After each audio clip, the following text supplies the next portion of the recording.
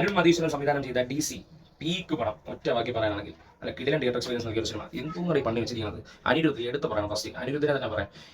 അയ്യോ, ആ മനുഷ്യന്റെ ഓരോ സ്കോറും ആ സിനിമയ്ക്ക് ഓരോ സീൻ ബൈ സീനിൽ കയറുന്നുണ്ടല്ലോ, വെച്ചടി കേട്ടോ. അറിയാമോ, ഓരോ സീൻ ഇങ്ങനെ കയറി കയറി കയറി ഇങ്ങനെ വരും. ആ BGM വെച്ചിട്ട് നമുക്കൊരു ഗൂസ്ബംസ് ഉണ്ട്. ഇജാതി തിയേറ്റർ എക്സ്പീരിയൻസ് പടം.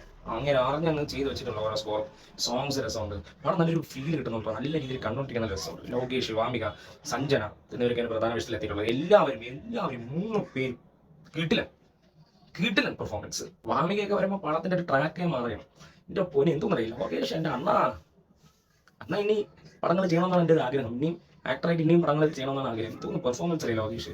അരുൺ മഹേശ്വറിന്റെ ഡയറക്ഷനായാലും നല്ല രസമുണ്ട്. നല്ല എൻ്റെ പീക്കായിട്ട് എടുത്ത് വെച്ചിട്ടുണ്ട് പടം. 18+ ആണ്. ഫാമിലി ഓഡിയൻസ് ഒന്നും ആ ഭാഗത്തോടെ പോകണ്ട. ഇത് വേറെ വൈബാണത്.